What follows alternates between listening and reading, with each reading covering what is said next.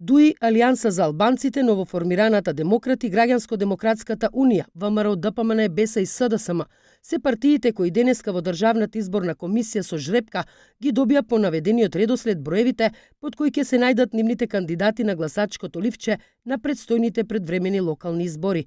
Во трката за градоначалник ќе се борат 9 кандидати, 5 мина во Охрид и по двајца во Новосело и Дебар. Повеќето од нив се лекари и бизнисмени. По двајца кандидати ќе имаат СДСМ и ВМРО ДПМН, а по еден ДУИ, Алијанса за албанците, Демократи, ГДУ и БЕСА. Председателот на Државната изборна комисија Оливер Дерковски по жребката упати апел до сите учесници во изборите.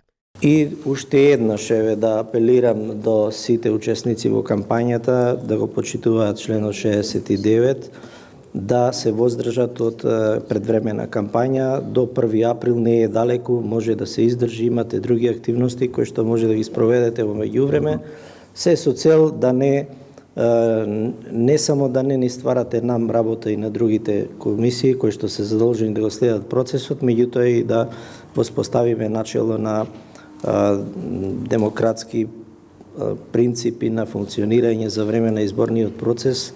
Повеќето од кандидатите веќе имаат политичко искуство. Константин Георгиевски од СДСМ и Хекуран Дука од ДУИ, кандидати за градоначалници на Охрид и Дебар, во моментов се заменици градоначалници по смртта на нивните предходници Јован Стојановски и Ружди Љата.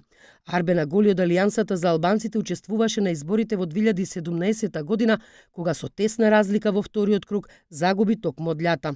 Никола Андонов од СДСМ беше градоначалник на Новосело во периодот од 2005 до 2009 година, а Николчо Стоилков е актуелен председател на Општинскиот комитет на ВМРО ДПМН во оваа општина. И охриѓанецот Стефчо Стевоски има искуство со избори.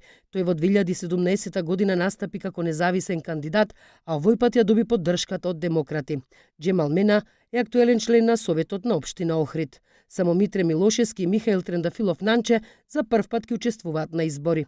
Представниците на партиите очекуваат фер избори по европски терк. Ние можеме во наше име да гарантираме дека нашата кампања ќе биде во духот на демократијата, секако и во духот на европските вредности. Апелирам до Државната изборна комисија да преземе мерки во врска со кандидатот од Охрид, односно кандидатот од Социјалдемократскиот сојуз, кој што воопшто нема прекинато со својата изборна кампања. Изборите за градоначалник беа распишани поради ненајдената смрт на градоначалниците на Охрид и Дебар Јован Стојановски и Ружди Љата, а во Новосело по оставката на Боро Стојчев, кој беше осуден поради шверц на цигари.